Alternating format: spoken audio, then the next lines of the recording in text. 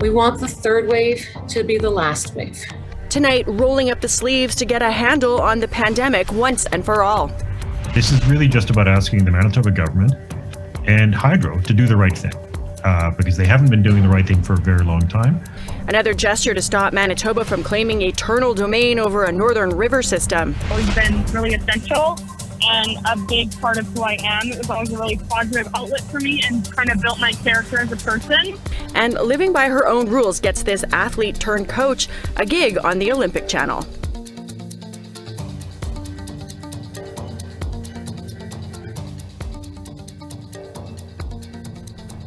Good evening. Welcome to APTN National News. I'm Melissa Ridgen. While the Department of Fisheries and Oceans sees Mi'kmaq lobster traps, Mi'kmaq First Nation has filed against the federal government, seeking an injunction against the Department of Fisheries to stop infringing on their right to fish for a moderate livelihood. Bolidek First Nation Chief Wilbert Marshall says the court action is to protect the moderate livelihood fishery, which was launched last fall.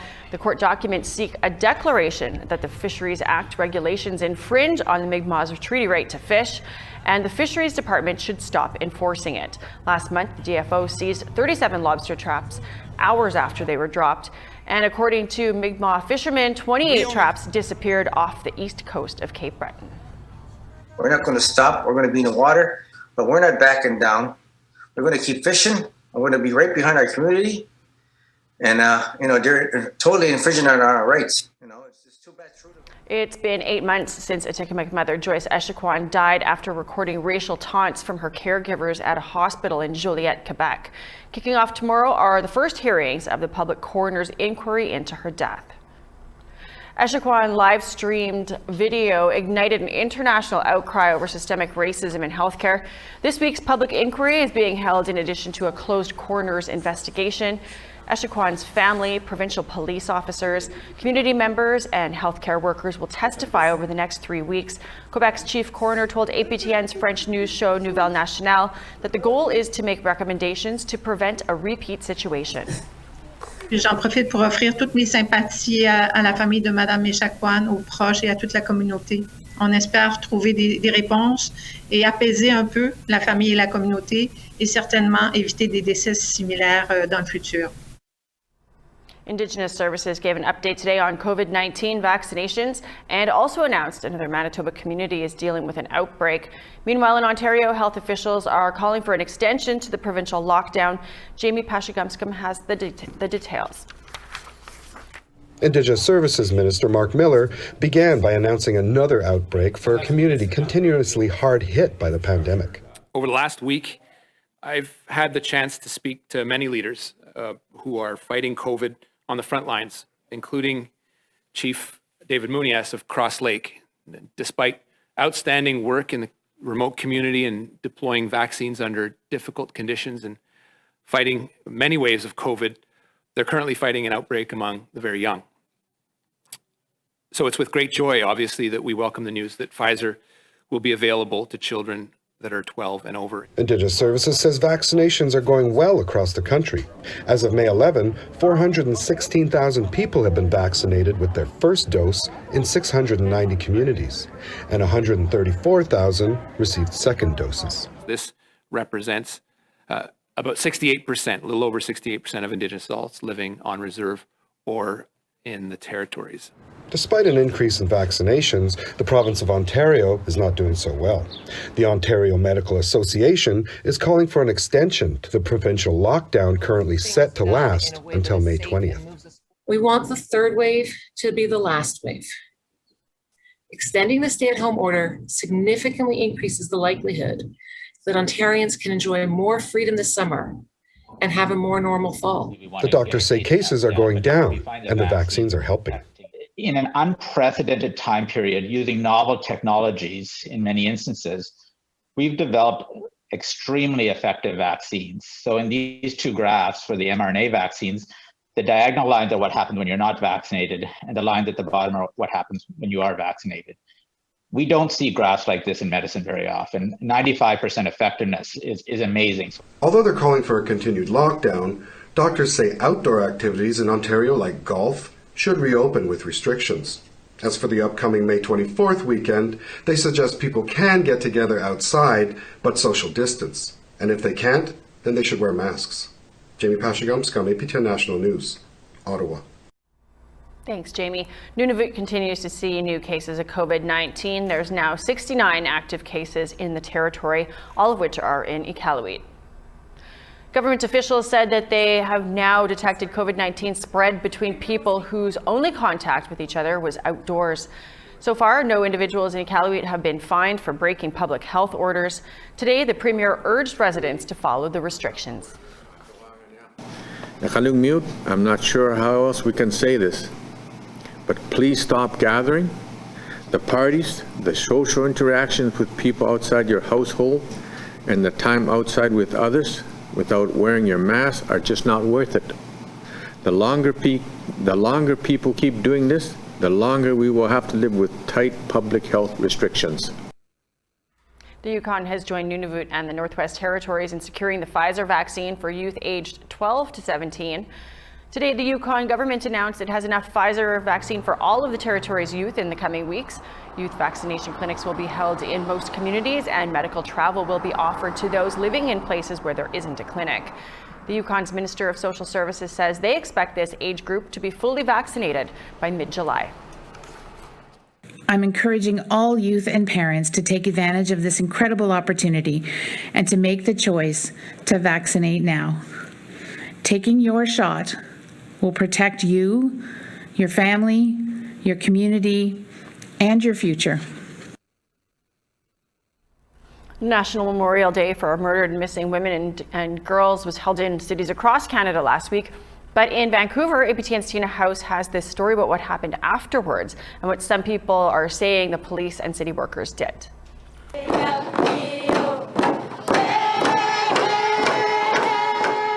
May the 5th, 2021 was a day to honor and remember murdered and missing Indigenous women and girls from across Canada. But just hours after this gathering in Vancouver, a small group of family members and supporters walked to the Cambie Street Bridge and shut down traffic with the help of Vancouver police. No Indigenous woman should go murdered on their own territory. They hung large banners off of the bridge to continue to raise awareness on the issue, including Morgan Asoff and her 5-year-old daughter. When we got there, my daughter was asking me what it was about, and I explained a little bit to her about missing and murdered Indigenous women, and she was so excited she wanted to stay. She said their spirits will know that we love them. They'll hear us, that we're here for them. And I was like, that's true. And this cell phone video was taken while they were on the bridge. Morgan says she, along with another advocate, were helping her daughter carry a red dress when the traffic began moving again. Basically, we were helping her with that, and when we turned around, we saw that traffic was right upon us on the Cambie Street Bridge. The bicycle cops were gone, and there was 2 officers parked, and CM yelled at them to do something. Why is traffic being let through? There's a little child here. There's a baby on the bridge still. And they just looked me right in the eyes. I was this close, could see in the window of the police car, because they're parked here and we were in the center line. And they just looked at us and shrugged, and I think one said, "We're done." Morgan claims the 2 police officers drove away, leaving the 2 women and the little girl standing in the middle of the road. There is no pedestrian walkway on that part of the bridge. We were forced to walk down the center line.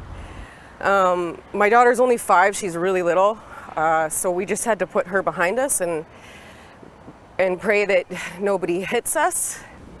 Morgan says, thankfully, 2 Indigenous women in their SUV saw what was happening and stopped their vehicle on the bridge so they could exit safely. For longtime advocate Lorelei Williams, she says what city workers did with the banners the morning after the incident adds further insult to an already difficult issue. I found out the banners were taken down and they were thrown in the garbage. I was so upset about this because they threw our family members in the garbage. Like, what kind of person sees these banners and throws them in the garbage? They're clearly for MMIWG. Williams says it took countless hours and money to make each banner to honor the women, and it's heart-wrenching what happened. The City of Vancouver told APTN that it's policy to remove all banners off city property, but we'll be reviewing that policy after this incident.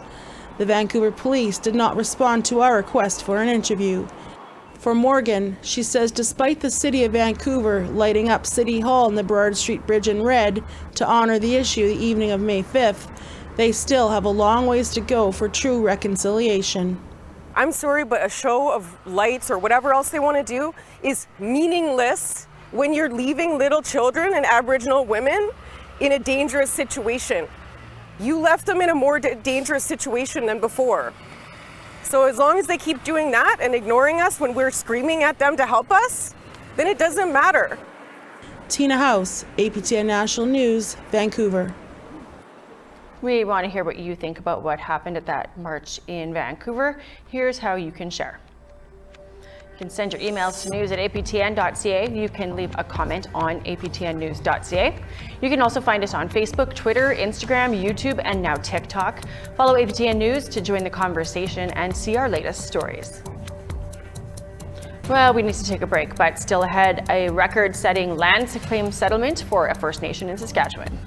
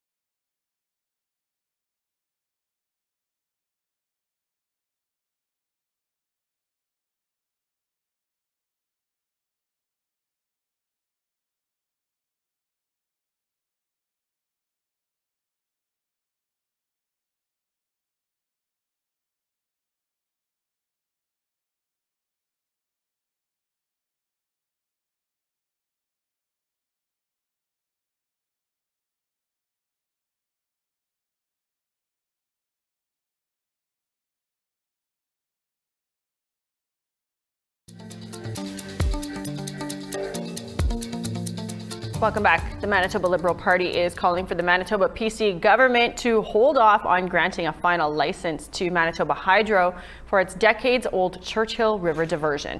Manitoba Hydro has been operating the diversion since 1970s.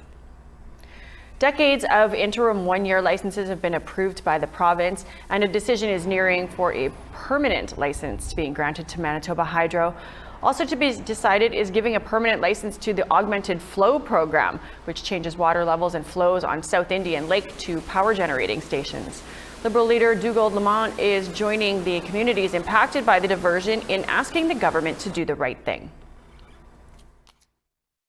this is really just about asking the Manitoba government and Hydro to do the right thing, because they haven't been doing the right thing for a very long time, and two communities and thousands of people are paying a very serious price for it. And that's not the way we should be running our province. It's not the way Hydro should be running as well. A settlement that dates back to 1905 over land has finally been resolved in Saskatchewan, and it's the biggest award given so far by the specific Land Claims Tribunal. APTN's Priscilla Wolfe has the story. The First Nation with the longest name, Mosquito Grizzly Bear's Head Leanman First Nation, has finally closed a chapter on a 25-year legal battle over land taken away from the community in 1905. A decision was made by the Specific Claims Tribunal in January 2021 that the land was unlawfully surrendered, and they offered just under $127 million. Chief Tanya Aguilar-Antiman said that wasn't enough money for the amount of land, almost 15,000 acres. What happened was we submitted a judicial review, but at the same time we sent a letter to the minister, Carol Bennett, expressing our disappointment and some of the factors that should have been considered. The tribunal announced a new settlement amount on May 10th for $141 million plus interest. Ron Maurice, founder and senior partner at Maurice Law, has been working with the First Nation since 2004 and says that the surrender in 1905 was found fraudulent. The Crown at the time took a vote from what were at that time 3 separate bands. The Crown allowed Mosquito members who outnumbered the other bands, Grizzly Bear's Head and Leanman, to vote on the surrender of lands belonging to Grizzly Bear's Head and Leanman. There was an illegal amalgamation, or an illegal surrender rather, in 1905, as well as breaches of the Crown's fiduciary duties in terms of the process that they followed, including allowing government officials to purchase the lands at significantly less than fair market value so they could earn a profit from the resale. The 3 bands were amalgamated in 1949. Chief Tanya Aguilar-Antiman of the Mosquito Grizzly Bear's Head Leanman First Nation says she's happy with the new decision. And finally, and one of the most beautiful things I actually really want to emphasize is we never surrendered the land. The First Nation plans to put the compensation into an independently managed trust to provide a steady source of income. The money will also be used for housing, education, and elder and youth initiatives. Priscilla Wolfe, APTN National News, Saskatoon. Time for another break, but when we come back, we're going to hear from police services in major centers with large Indigenous populations about how policing needs to change in the time of Indigenous Lives Matter and defund police movements. Stay with us.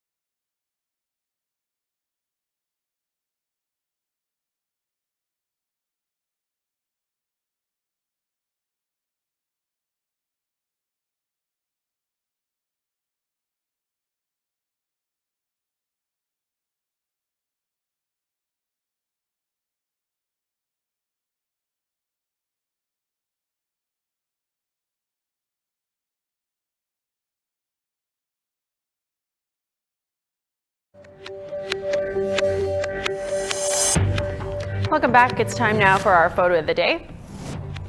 This great photo of the early spring comes to us from Brenda Morrison of Eagle Lake First Nation, that's located in Northern Ontario. Thank you, Brenda. You can send your photos to share at aptn.ca to be a chance to be our next photo of the day. Now let's take a look at tomorrow's weather forecast. Off to the east coast, we've got 18 in cloud for Fredericton, 15 in sunshine for Halifax. Happy Valley, Goose Bay, 4 degrees with some flurries expected. Chibougamau 15 and sunny skies 20 and some showers expected for Montreal. North Bay 19 and sunny, same with Toronto and Peterborough. 20 and cloud for Sioux Lookout, maybe a chance of showers. 20s for Kapuskasing and Timmins and sunny skies there. -1 in sunshine for Churchill, 17 and rain for God's Lake. 21 with some showers expected for Winnipeg at some point in the day. Sunny in southern Saskatchewan, 22 for Yorkton and Saskatoon and Estevan. 21 and sunny for Meadow Lake, 9 and cloud for Stony Rapids, maybe some showers there.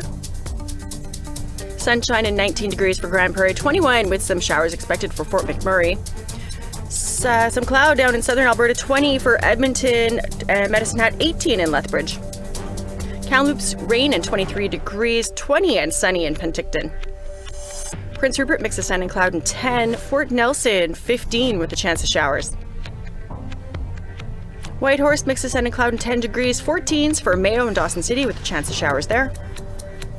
Norman Wells, sunshine and 8 degrees. Fort Leard and Trout Lake, both cloudy and 11. Colville Lake, -2 and sunny, same with Tuktoyaktuk. -4 with a chance of flurries for Baker Lake and Chesterfield and Whale Cove. Igloolik, sunshine and -12. Kenite, -7 and sun.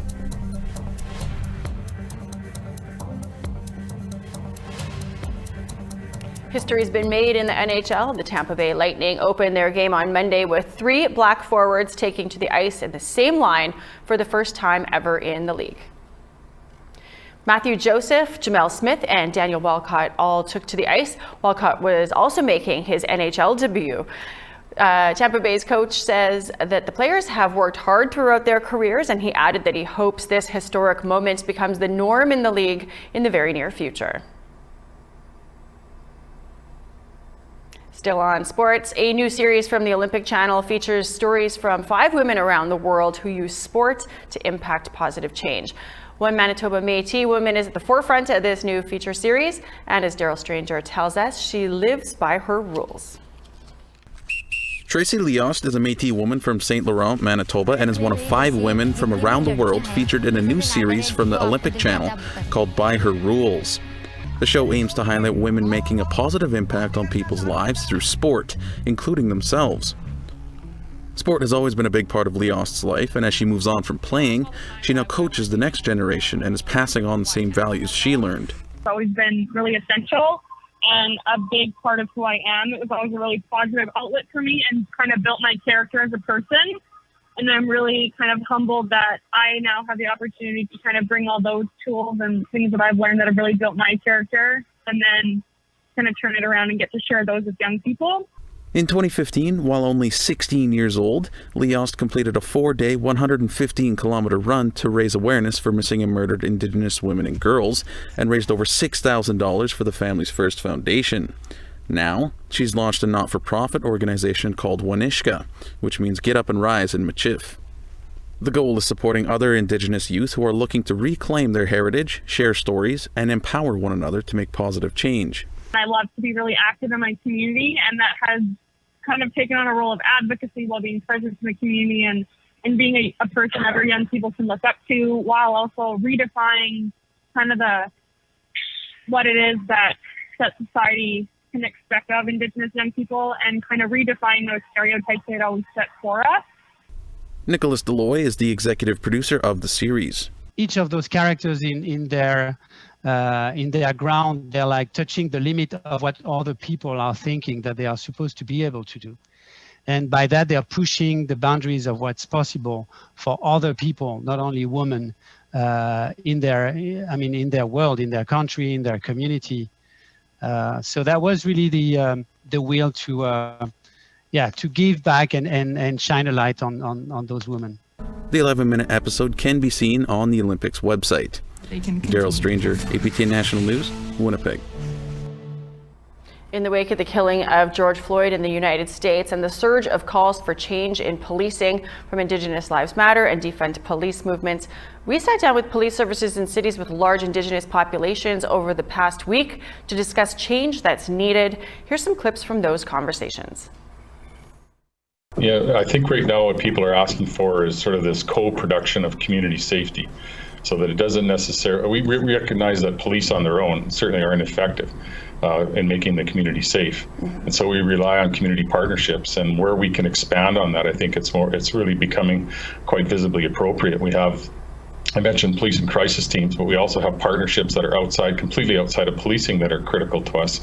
In Saskatoon, we have a group called Swaya Totan, and it's an Indigenous-led outreach program, but that fills a gap in the community around addictions and mental health.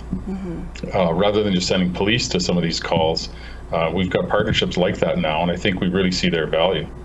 We're doing a lot of the little things, and a lot of the little things add up to big things, and the big things are the relationships and working with our communities and trying to get under our communities, versus on top. So a lot of communities, as you know, in our racialized environment are struggling, and I think the best way that we can do is get underneath them and help them create some sustainability and help change some of these social issues that are driving our calls for service. And quite frankly, our ultimate goal, we've stood up a whole Community Safety and Wellbeing Bureau, which is basically, if you look at it, it's to take areas like patrol and homicide and investigative service out of business. Now, we know that won't happen, but how you do that? You do it with essential community partnerships, and then you double down with your partnerships.